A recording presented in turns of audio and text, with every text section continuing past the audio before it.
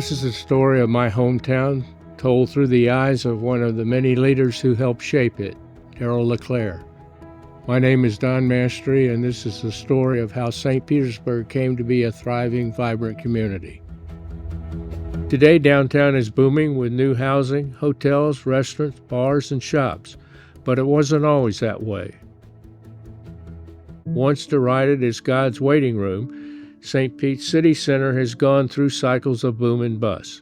One of the biggest contributors to downtown's current success is Duke Energy and its predecessors. Operating as Florida Progress and Florida Power for many years, the company was founded here in St. Petersburg and has always been tied to the city's destiny. In 1966, Florida Power left downtown to move their corporate headquarters south to what was called the Ceridian campus and is now being developed by Atlas Cardinal as a $500 million mixed-use campus on 34th Street South in St. Pete. In the 1980s, as downtown struggled, losing population and vitality, a visionary Florida Power CEO named Andy Hines recognized that the energy company could help revitalize St. Pete. Listen, Andy Hines is a legend. He was such an extraordinary leader. To this day, he has influence over our culture, our commitment to the community, our service to our customers.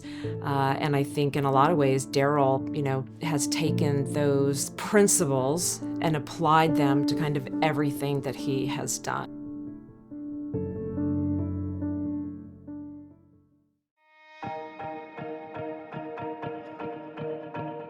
Darryl LeClair has just started working for Florida Progress through a subsidiary called Electric Fuels.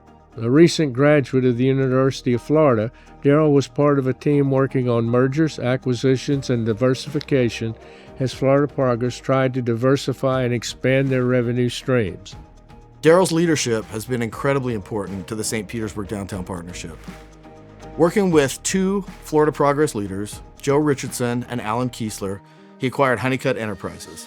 It came with 3 downtown properties, a hardware building on First Avenue South, a warehouse space on Bayboro Harbor, and an old Studebaker dealership that was turned into lab space for the U.S. Geologic Survey that has been managed by the St. Pete Downtown Partnership for many years. The project also included remodeling an old bus station, which is now home to McNulty Loss, Ford's Garage, Huff & Company's headquarters, and also downtown's fire station, which is now Red Mesa. David Brett and Lynn Gilbert worked with Darryl to rehab all 3 buildings and successfully moved Duke's senior leaders to a new downtown headquarters rechristened McNulty Station.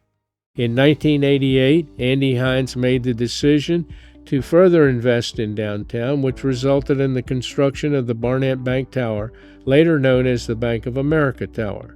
Today, that building is known as 200 Central and is recently owned and renovated by Third Lake Capital. Andy supported the development of the new tower as a future headquarters for Florida Power, even though he knew he would retire before he could ever have his office there. And he asked Darryl to help ensure the building was completed as a centerpiece of our modern city. Darryl worked with the City of St. Pete and Steve Kirkin to facilitate adding 2 extra floors of parking at the South Corp garage and paid for an air-conditioned sky bridge across 2nd Street, connecting the parking garage to the new company headquarters at 200 Central.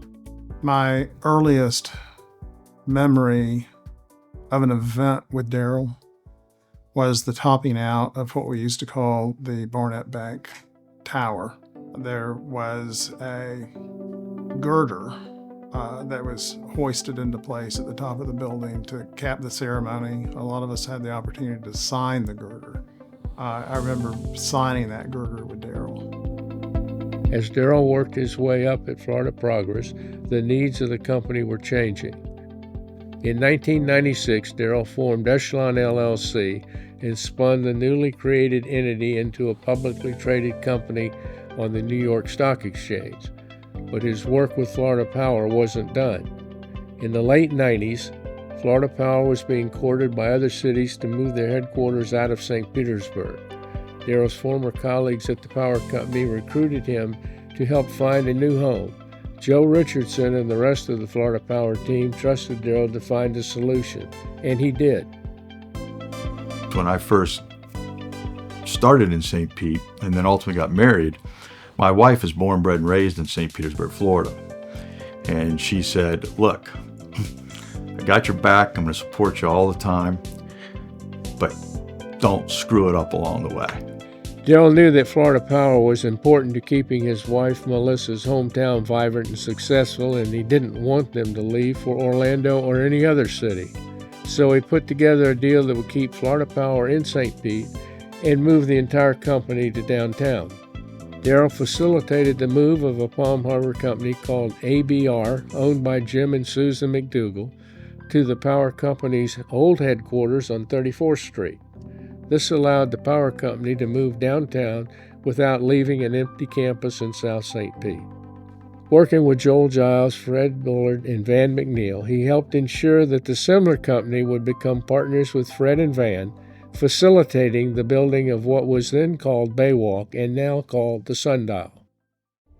When Florida Power and Florida Progress moved back downtown, it sent a message to investors, developers, and the rest of the world that St. Pete was on the rise. It helped to set in motion the renaissance we see today. Another one of Dale's great passions has been St. Petersburg's All Children's Hospital. Daryl helped to spearhead the merger with Johns Hopkins to provide teaching and research in addition to care, and he initiated the idea of building a new hospital facility instead of rehabbing an aging structure. Daryl and I were on the Buildings and Grounds Committee at All Children's Hospital, and we spent enormous time figuring out how to renovate the hospital. And one day you could almost see the light bulb come on, and Daryl said, maybe we're looking at this wrong. Maybe we should build a brand new hospital. And you could see his mind working, and he eventually convinced us to do that, which was absolutely the right thing, and it helped make All Children's the great hospital that it is today. So somewhere along the line in the mid-90s, the early 2000s, it became clear that All Children's Hospital had outgrown its facility and that we were at the end of the lifespan of that building. And there was a discussion on the board of how to move forward.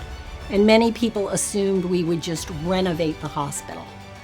But Daryl was certainly among the folks on the board who said we shouldn't renovate, we should rebuild, and we should build a new hospital. I served with Daryl for over 16 years on the All Children's Board, and he never entered a sentence without saying, it's the best thing for the kiddos, for the kids. All he thought about was the kids and making them feel better and act better and have great lives ahead. And you could just see that's what motivates him today. Through Echelon, Daryl has developed more than 5,000 housing units in 30 sites across the southeastern U.S., but St. Pete is and always will be home. Today, Daryl continues to invest in downtown, working with his son Cody and their great partners at Third Lake to build a new 33-story apartment on 3rd Street. And one of Daryl's greatest projects is still unfolding in Carillon. That's Echelon City Center, a project designed to blend living, working, and community into one vibrant hub, a place where the next generation can thrive. Carillon early on is a 438-acre office park, first tenant in which was Raymond James, and we've expanded from Raymond James to many other tenants, a hotel, multifamily, grocers, bars, restaurants, and now we are focused on Echelon City Center, which is a subsection of Carillon within Carillon that will serve as the heartbeat, the downtown, the high-rise, and the nightlife for the entire Gateway area.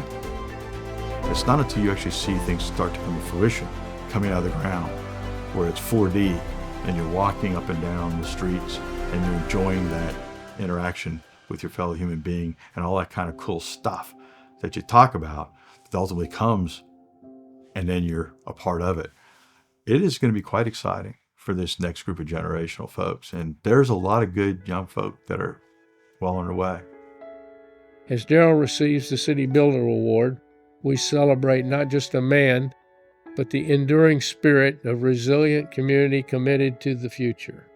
Daryl, I want to thank you, Melissa, and your family for your contributions to the city, to the hospital, and particularly for the health of the children and the families in our community. Daryl's a dreamer in the great sense of the word.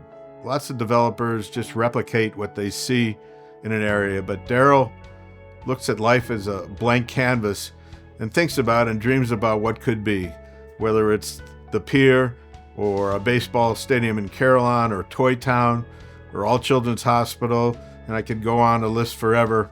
Thank you, Daryl, for being my great friend, but more importantly, for helping make St. Petersburg the great city that it is.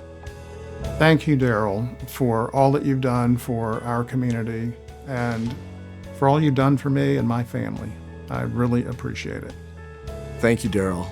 You have made an incredible contribution to downtown St. Pete, and your leadership and vision has set the course for the renaissance that we are experiencing today. I admire most his ability to see the good in people, to see the good in projects and the future.